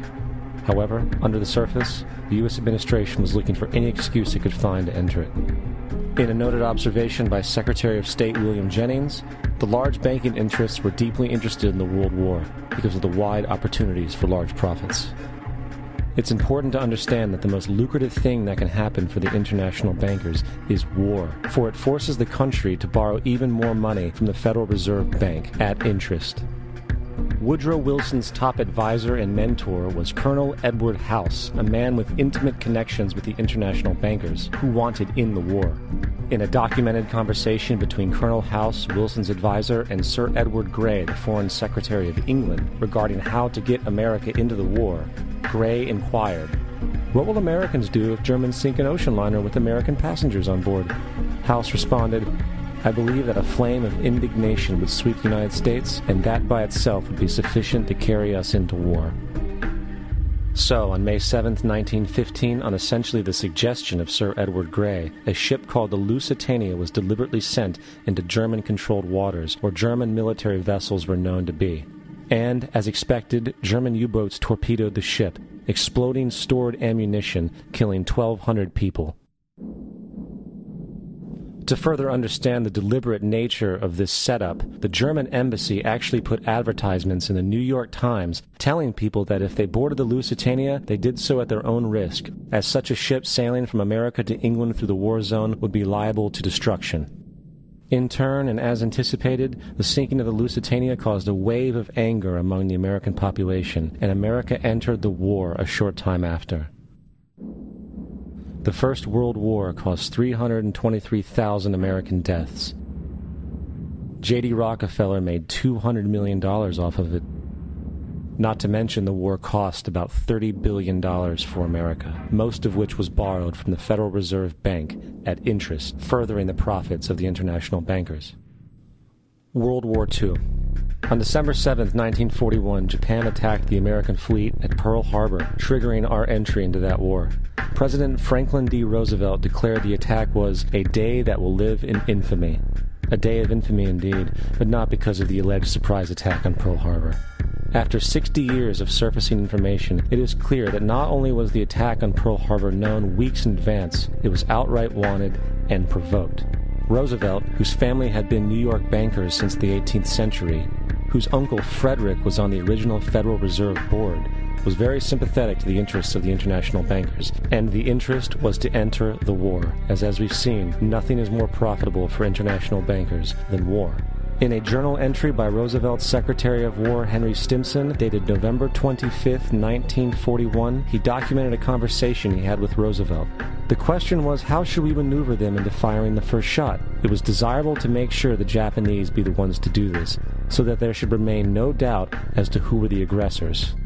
In the months leading up to the attack on Pearl Harbor, Roosevelt had done almost everything in his power to anger the Japanese, showing a posture of aggression. He halted all of Japan's imports of American petroleum. He froze all the Japanese assets in the United States. He made public loans to nationalist China and supplied military aid to the British, both enemies of Japan in the war, which, by the way, is completely in violation of international war rules. And on December 4th, 3 days before the attack, Australian intelligence told Roosevelt about a Japanese task force moving towards Pearl Harbor. Roosevelt ignored it. So, as hoped and allowed, on December 7, 1941, Japan attacked Pearl Harbor, killing 2,400 soldiers. Before Pearl Harbor, 83% of the American public wanted nothing to do with the war. After Pearl Harbor, 1 million men volunteered for the war. It is important to note, Nazi Germany's war effort was largely supported by two organizations, one of which was called IG Farben. IG Farben produced 84% of Germany's explosives, and even the Zyklon B used in the concentration camps to kill millions. One of the unspoken partners of IG Farben was J.D. Rockefeller's Standard Oil Company in America. In fact, the German Air Force could not operate without a special additive patented by Rockefeller Standard Oil. The drastic bombing of London by Nazi Germany, for example, was made possible by a $20 million sale of fuel to IG Farben by the Rockefeller Standard Oil Company. This is just one small point on the topic of how American business funded both sides of World War II. One other treasonous organization worth mentioning is the Union Banking Corporation of New York City. Not only did it finance numerous aspects of Hitler's rise to power, along with actual materials during the war, it was also a Nazi money laundering bank, which was eventually exposed for having millions of dollars of Nazi money in its vaults. The Union Banking Corporation of New York was eventually seized for violations of the Trading with the Enemy Act. Guess who the director and vice president of the Union Bank was? Prescott Bush, our current president's grandfather, and of course our former president's father. Keep that in mind when considering the moral and political dispositions of the Bush family. Vietnam. The United States' official declaration of war on North Vietnam in 1964 came after an alleged incident involving 2 U.S. destroyers being attacked by North Vietnamese PT boats in the Gulf of Tonkin. This was known as the Gulf of Tonkin Incident. This single situation was the catalytic pretext for massive troop deployment and full-fledged warfare. One problem, however, the attack on the U.S. destroyers by Vietnamese PT boats never happened. It was a completely staged event to have an excuse to enter the war. Former Secretary of Defense Robert McNamara stated years later that the Gulf of Tonkin incident was a mistake, while many other insiders and officers have come forward, relaying that it was a contrived farce, a complete lie. Once in the war, it was business as usual. In October 1966, President Lyndon Johnson lifted trading restrictions on the Soviet bloc, knowing full well that the Soviets were providing upwards of 80% of North Vietnam's war supplies. Consequently, Rockefeller interests financed factories in the Soviet Union, which the Soviets used to manufacture military equipment and send it to North Vietnam.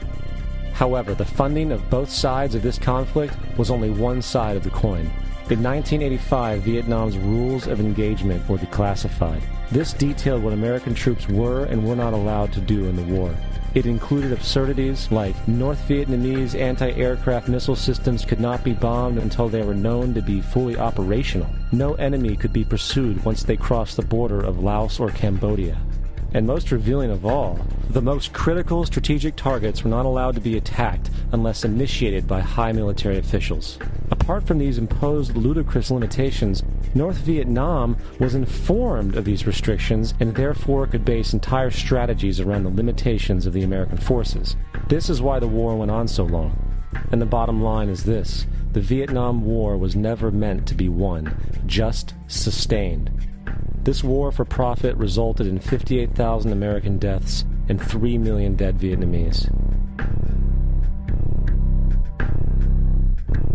So, where are we now? September 11th was the jumpstart for what is now an accelerated agenda by the ruthless elite. It was a staged war pretext no different than the sinking of the Lusitania, the provoking of Pearl Harbor, and the Gulf of Tonkin lie. In fact, if 9/11 wasn't a planned war pretext, it would be an exception to the rule. It has been used to launch 2 unprovoked illegal wars, one against Iraq and one against Afghanistan. However, 9/11 was a pretext for another war as well, the war against you. The Patriot Act, Homeland Security, the Military Tribunals Act, and other legislations are all completely and entirely designed to destroy your civil liberties and limit your ability to fight back against what is coming. Currently in the United States, unannounced to most brainwashed Americans, your home can be searched without a warrant, without you being home. You can in turn be arrested with no charges revealed to you, detained indefinitely with no access to a lawyer, and legally tortured, all under the suspicion that you might be a terrorist. If you need a painted picture of what is happening in this country, let's recognize how history repeats itself. In February 1933, Hitler staged a false flag attack, burning down his own German parliament building, the Reichstag, and blamed it on communist terrorists. In the next few weeks, he passed the Enabling Act, which completely eradicated the German Constitution, destroying people's liberties. He then led a series of preemptive wars, all justified to the German people as necessary to maintaining homeland security.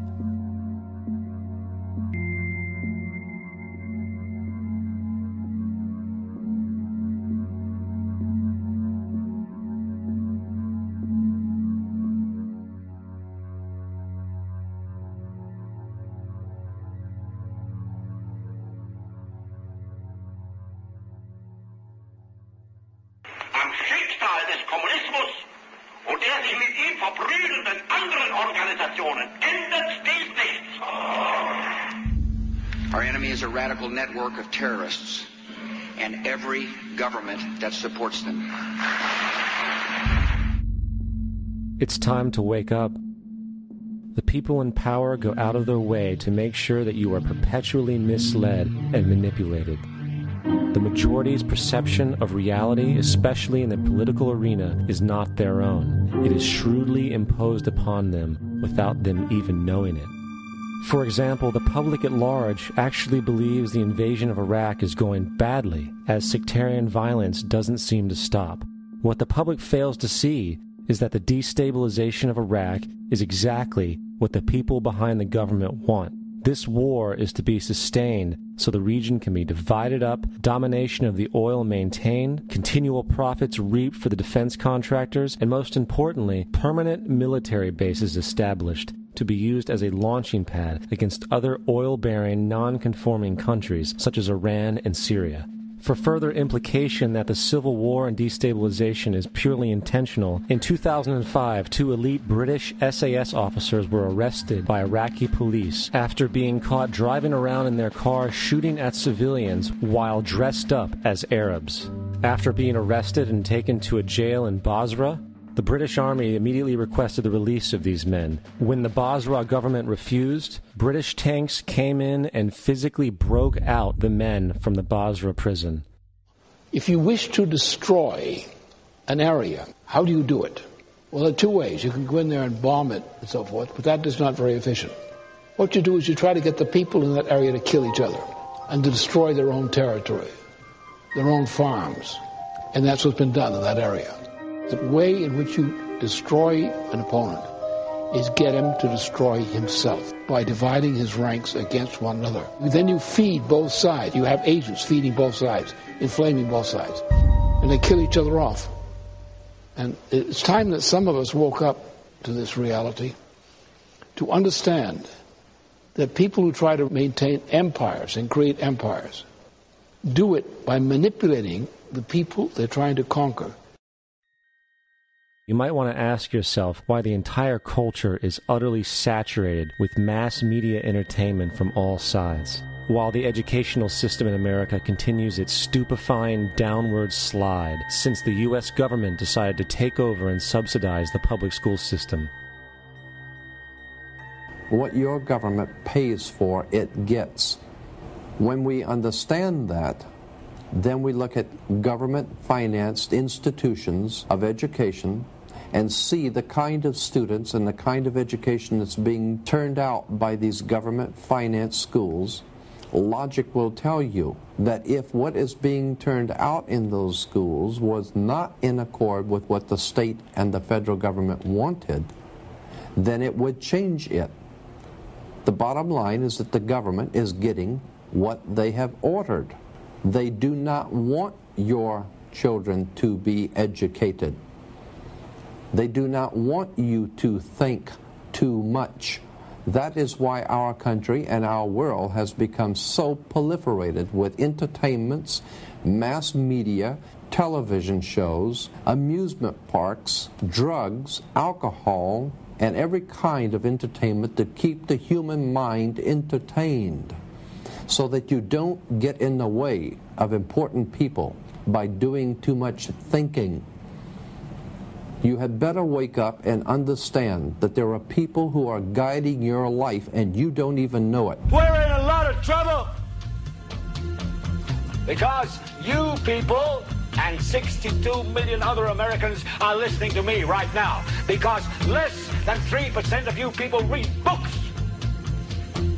Because less than 15% of you read newspapers. Because the only truth you know is what you get over this tube. Right now, there is an entire generation that never knew anything that didn't come out of this tube. This tube is the gospel, the ultimate revelation. This tube can make or break presidents, popes, prime ministers, this tube is the most awesome goddamn force in the whole godless world. And woe is us if it ever falls into the hands of the wrong people. And when the largest company in the world controls the most awesome goddamn propaganda force in the whole godless world, who knows what shit will be peddled for truth on this network. So you listen to me. Listen to me. Television is not the truth. Television is a goddamn amusement park. Television is a circus, a carnival, a traveling troupe of acrobats, storytellers, dancers, singers, jugglers, sideshow freaks, lion tamers, and football players. We're in the boredom-killing business. But you people sit there day after day, night after night, all ages, colors, creeds. We're all you know.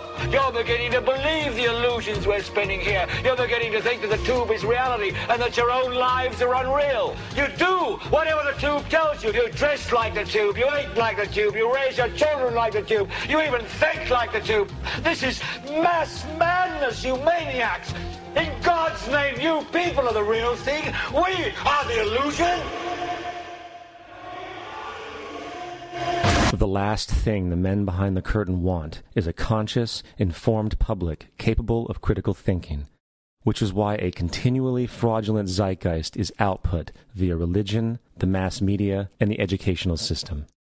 They seek to keep you in a distracted, naive bubble, and they are doing a damn good job of it. In 2005, an arrangement between Canada, Mexico, and the United States was made. This arrangement, unannounced to the public, unregulated by Congress, merges the United States, Mexico, and Canada into one entity, erasing all borders. It's called the North American Union, and you might want to ask yourself why you've never heard of this. In fact, there is only one mainstream reporter who has actually heard of and has had the courage to cover this issue. The Bush administration's open borders policy and its decision to ignore the enforcement of this country's immigration laws is part of a broader agenda. President Bush signed a formal agreement that will end the United States as we know it, and he took the step without approval from either the U.S. Congress or the people of the United States. It's a deal that few have even heard of. It's being done again by very few people at the very top on behalf of the investment class, but the working class of people. Political officials across our country, from communities, from cities and so forth, they don't know anything about this. This isn't some trade agreement. It is a total removal of sovereignty from these countries, which will also result in a completely new currency called the Amero. Fall. Apart from that, I think one thing people who are dollar-based need to focus on is the Amero. That's the one thing that nobody's talking about that I think is going to have a big impact on everybody's life in Canada, the U.S., and Mexico. The Amero is the proposed new currency for the North American community, which is being developed right now between Canada, the U.S., and Mexico to make a borderless community, much like the EU, and the dollar, Canadian dollar, U.S. dollar, and the Mexican peso replaced by the Amero. By default of this agreement, the American Constitution will eventually be obsolete. You would think that a situation like this would be on the cover of every major newspaper. That is until you realize that the people who are behind this movement are the same people behind the mainstream media, and you are not told what you're not supposed to know. The North American Union is the same concept as the European Union, the African Union, and the soon-to-be Asian Union, and the same people are behind all of them. And, when the time is right, the North American Union, the European Union, the African Union, and the Asian Union will be merged together, forming the final stages of a plan these men have been working on for over 60 years. A one-world government.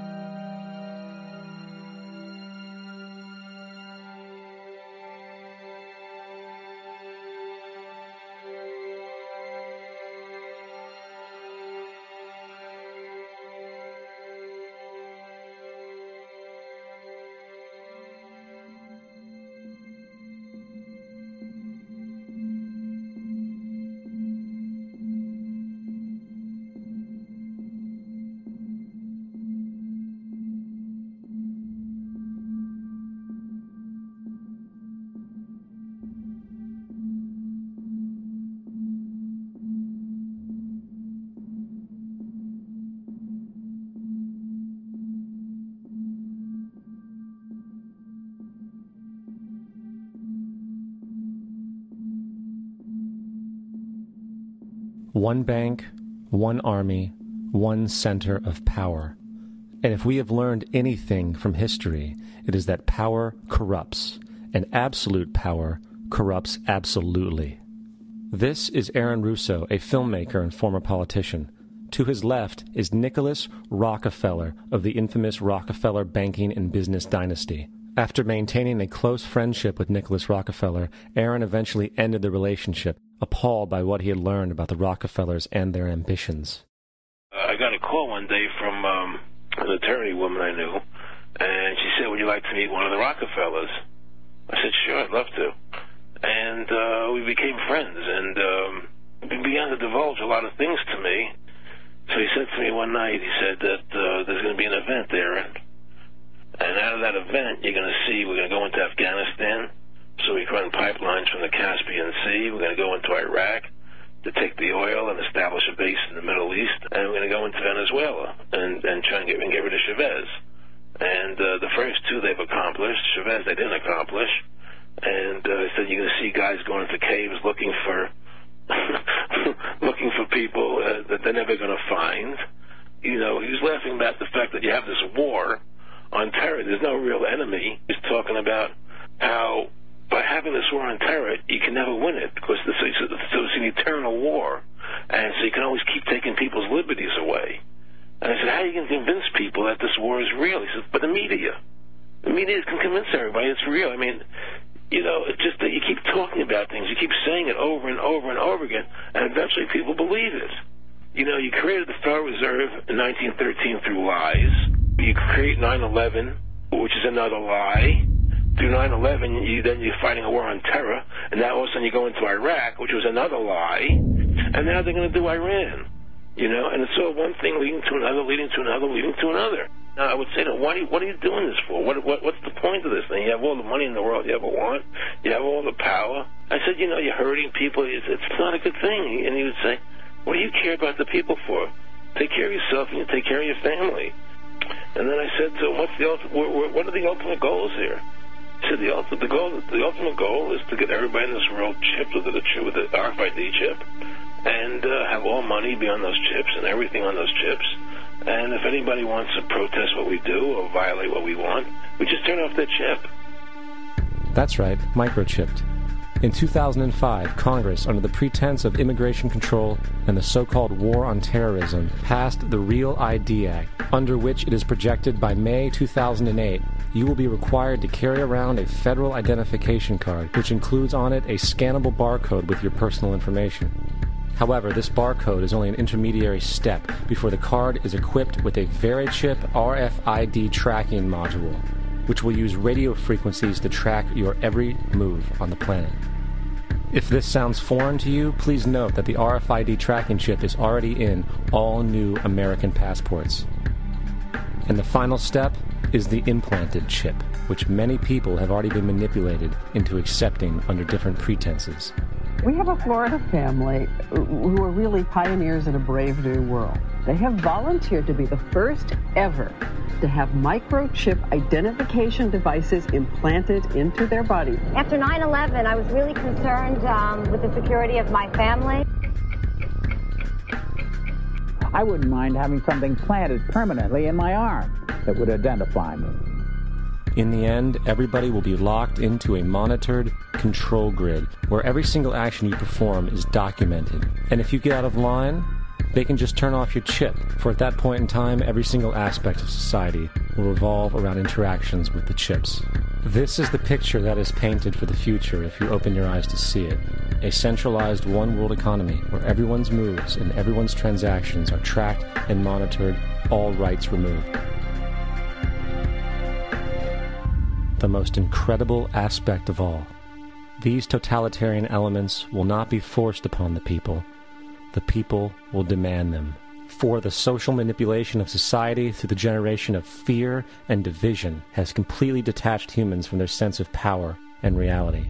A process which has been going on for centuries, if not millennia.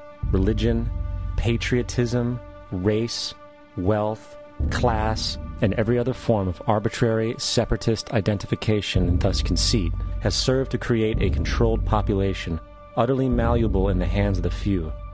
Divide and conquer is the motto, and as long as people continue to see themselves as separate from everything else, they lend themselves to being completely enslaved. The men behind the curtain know this, and they also know that if people ever realize the truth of their relationship to nature and the truth of their personal power, the entire manufactured zeitgeist they prey upon will collapse like a house of cards.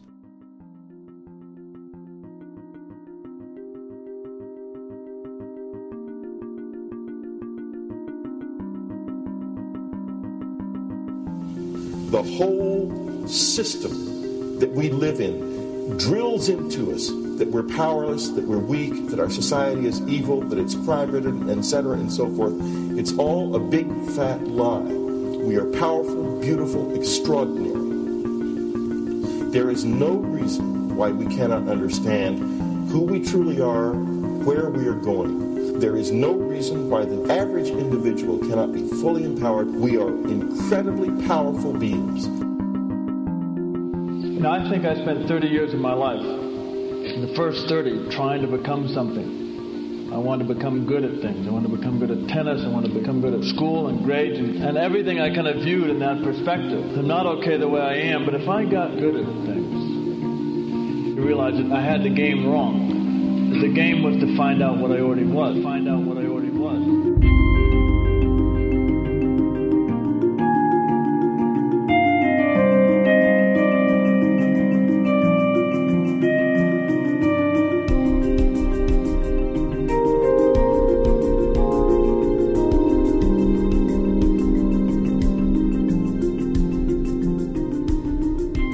Now, in our culture, we've been trained for individual differences to stand out. So you look at each person, immediately it is brighter, dumber, older, younger, richer, poorer, and we make all these dimensional distinctions, put them in categories and treat them that way. And we get so that we only see others as separate from ourselves in the ways in which they're separate. And one of the dramatic characteristics of experience is being with another person and suddenly seeing the ways in which they are like you, not different from you. And experiencing the fact that that which is essence in you and which is essence in me is indeed one. The understanding that there is no other. It is all one. And I wasn't born Richard Albert. I was just born as a human being. And then I learned this whole business of who I am and whether I'm good or bad or achieving or not. All that's learned along the way.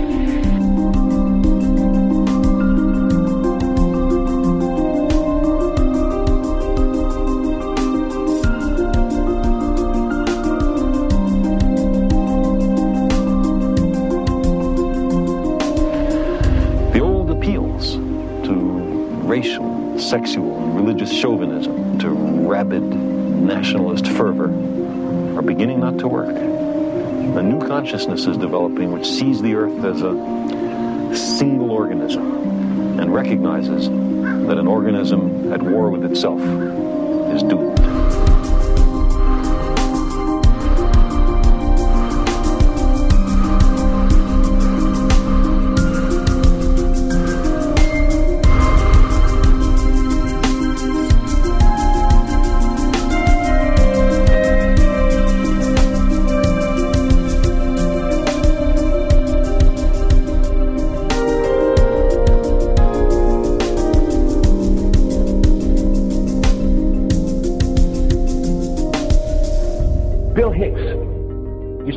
Shows with this. Life's like a ride in an amusement park. And when you go on it, you think it's real, because that's how powerful our minds are. And the ride goes up and down and round and round. It has thrills and chills, and it's very brightly colored. And it's very loud, and it's fun for a while. Some have been on the ride for a long time, and they begin to question, is this real, or is this just a ride? And other people have remembered, and they come back to us and they say, hey, don't worry. Don't be afraid ever. Because this is just a ride. And we kill those people. Shut him up. I've got a lot invested in this ride. Shut him up. Look at my furrows of worry. Look at my big bank account. My family. This has to be real. It's just a ride. But we will kill those good guys who try and tell us that. You ever notice that? And let the demons run amok? But it doesn't matter, because it's just a ride, and we can change it anytime we want. It's only a choice. No effort, no work, no job, no savings of money. Just a choice right now between fear